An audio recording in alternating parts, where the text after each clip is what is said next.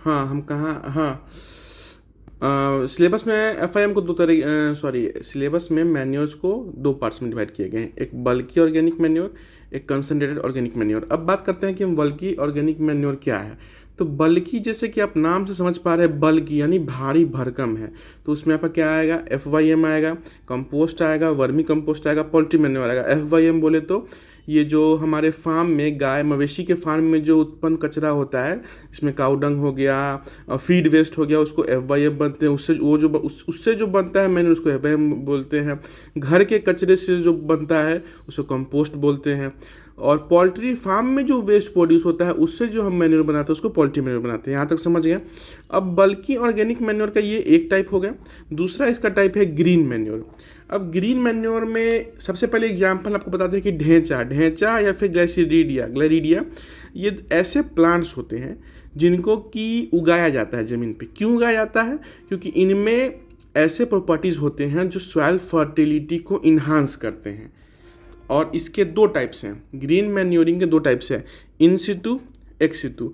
इन सितु तो कहीं ना कहीं आपको दिमाग में ये बता रहा होगा, इन सितु यानी कि ऑन साइट, यानी कि जब हम एक ज़मीन पर ढेंचा, मतलब जो ग्रीन मैन्योर इसको हम बोल रहे हैं, ढेंचा उगा दिए, ठीक है, इसको उगा दिए और इसको फिर ट्रैक्टर से जुतवा दिए, कटवा के जुतवा दिए, तो क्या हुआ, ये कट के फिर मिट्टी में मिल गया और डिकम्पोज हो गया, ठीक है। तो ये क्या किया, सॉइल फर्टिलिटी को बढ़ाया, लेकिन ऑन साइड बढ़ाया, मतलब कि जहाँ उगाए वहीं काट दिए। सिंपल में समझिए, इन सितु ग्रीन मैन्योरिंग में क्या होगा, जहाँ उगाए वहीं जोत दिए, उसको वहीं काट के जोत दिए, क्या हो गया, डिकम्पोज हुआ और हमारा सॉइल फर्टिलिटी बढ़ गया। एक्स सितु में क्या होगा, एक्स सितु मतलब हुआ कि हम इसको ट्रांसपोर्ट कर रहे हैं, यहाँ यानी कि जहाँ हम इसको ग्रो कर रहे हैं वहाँ से हम इसको पहले ग्रो किए।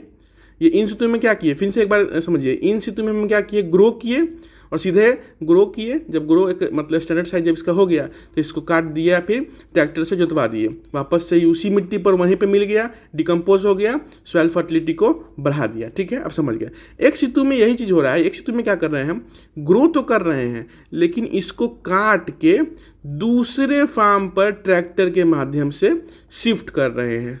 क्या कर रहे हैं, एक्स सितु ग्रीन मैन्योरिंग में हम ढेंचा को उगाएं, उसको काटे, बारीक काटे और ट्रैक्टर पर लोड करके दूसरे फार्म पर भेज दिए। जिस फार्म पे उगाएं उस फार्म पे उसको हम नहीं डालें, दूसरे फार्म पे भेज दिए।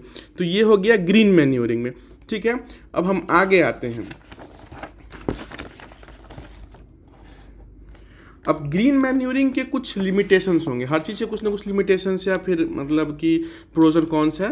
तो ग्रीन मैन्योरिंग का क्या है, तो एक तो बेसिक बात रख लो भाई कि जो भी होगा वो सॉइल फर्टिलिटी बढ़ाएगा, तो इम्प्रूव सॉइल फर्टिलिटी, ठीक है, दोबारा कीजिए। Reduce risk of soil erosion. अब इसका क्या है, इसका क्या मतलब है, तो जब हम ढेंचा उगाते हैं, मान के चलिए हम ढेंचा उगा रहे हैं, बहुत ज़्यादा बारिश हुई या बाढ़ आ गई, तो आपको भी पता है कि प्लांट का रूट जो है वो मिट्टी को बांध के रखता है। तो जब मिट्टी को बांध के रखेगा सॉइल इरोजन होने नहीं देगा, तो reduces risk of soil erosion. तो ग्रीन मैन्योरिंग का एक बेनिफिट क्या है कि सॉइल फर्टिलिटी को बढ़ाएगा, जो बेसिक बात है राम कहानी। दूसरा क्या है कि सॉइल इरोजन होने से इसको बचाता है। अब हम एक नज़र डालते हैं डिसएडवांटेजेस पे। तो ये कॉस्टली होता है। अब आप बोलोगे कि भाई प्लांट उगा रहे हैं, मतलब एक तरीके से तो एक अनवांटेड प्लांट को उगा रहे हैं, काट दिए, तो ये महंगा कैसे हुआ। तो ये बहुत ध्यान से समझने का चीज़ है, ये हर जगह कॉन्सेप्ट काम आएगा। ये कॉस्टली इसलिए होता है कि इसको उगाने में मतलब उगाने में कई प्रक्रिया है। पहले हम फील्ड प्रिपेयर करेंगे, फिर फील्ड प्रिपेयर करने में इसको हम प्लांट करेंगे, पानी देंगे, इसको ग्रो कराएंगे, फिर काटेंगे, ट्रैक्टर का खर्चा, हेन तेन बहुत खर्चा रहेगा इसमें, ठीक है। इसलिए अगर ओवर और हाँ, और इसका जो न्यूट्रिएंट पहुंचाना है, कहने का मतलब कि अगर हम 1 कुंटल इस ग्रीन मैन्योर को डालेंगे तो उसके कंपेरिजन में 1 कुंटल जो हम केमिकल फर्टिलाइज़र यूज़ करेंगे, दोनों में बहुत का डिफरेंस होगा। 1 कुंटल केमिकल फर्टिलाइजर कई गुना ज़्यादा न्यूट्रिएंट प्रोवाइड करेगा 1 कुंटल ग्रीन मैन्योर के अकॉर्डिंगली। तो उस हिसाब से ये महंगा होता है। और इसकी सबसे बुरी बात ये है ग्रीन मैन्योरिंग, या चाहे आप एक सितु कीजिए चाहे आप इन सितु कीजिए, कि इसमें रेनफॉल चाहिए। मान लीजिए भाई कि आप ढैंचा, यानी कि जो ग्रीन मैन्योर का जो एग्जांपल है ढैंचा या ग्लैरिडिया, आप ढैंचा या ग्लैरिडिया उगा तो दिए, ठीक है, काट भी दिए, अगर बारिश नहीं हुआ या आप इरिगेशन फैसिलिटी प्रोवाइड नहीं कराएं तो ये डिकम्पोज नहीं होगा और आपको उल्टा माथा का दर्द हो जाएगा और सॉइल फर्टिलिटी तो मतलब और डिग्रेड कर देगा, ठीक है। इसका एक नेगेटिव पॉइंट है कि डिकम्पोजिशन, यानी कि जब डिकम्पोजिशन होता है, इसका कहने का मतलब कि जब हम ढेंचा उगा दिए, ढेंचा यानी कि ढेंचा क्या, ग्रीन मैन्योर प्लांट, ढेंचा को हम उगा दिए, काट दिए, काटने के बाद क्या होता है कि जब डिकम्पोजिशन इसका होता है उस समय कई सारी गैसेस उत्पन्न होती हैं, कई सारी गैसें निकलती हैं, वो गैसेस हार्मफुल होती हैं। Decomposition lead production of gases which is in term harmful for us, ठीक है। अब हम आते हैं, चूंकि हम समझ गए यहाँ तक, हम अभी तक क्या समझे, हम मैन्योर समझ गए, हम फर्टिलाइजर समझ गए, मैन्योर के टाइप समझ गए, कॉन्सेंट्रेटेड और कॉन्सेंट्रेटेड और बल्कि ऑर्गेनिक मैन्योर। तो एक चीज़ आपको बताना भूल गए, इसमें बल्कि ऑर्गेनिक मैन्योर आपको हम बताएं, उसके में तो पता है FYM कंपोस्ट, ऑर्गेनिक कंपोस्ट और दूसरा ग्रीन मैन्योर।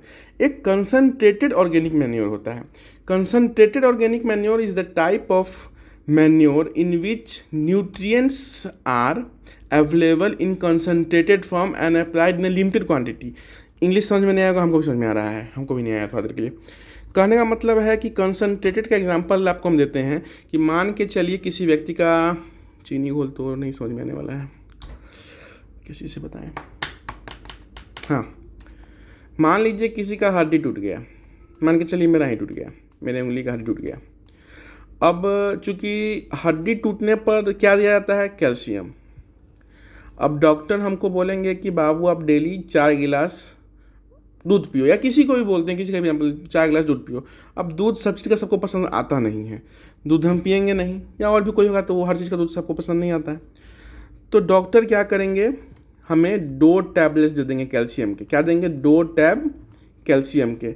अब इस 2 टैब में क्या होगा कि इस 2 टैब में आपको क्या है, लेबोरेटरी में इसमें कैल्शियम की कंपोजिशन को इंरीच करके बनाया जाता है, ताकि दूध से जो हमको न्यूट्रिएंट मिलना था, जो मेरे हड्डी के जोड़ने में काम आने वाला था, वो हमको इस कैल्शियम के गोली खाने से मिल जाए।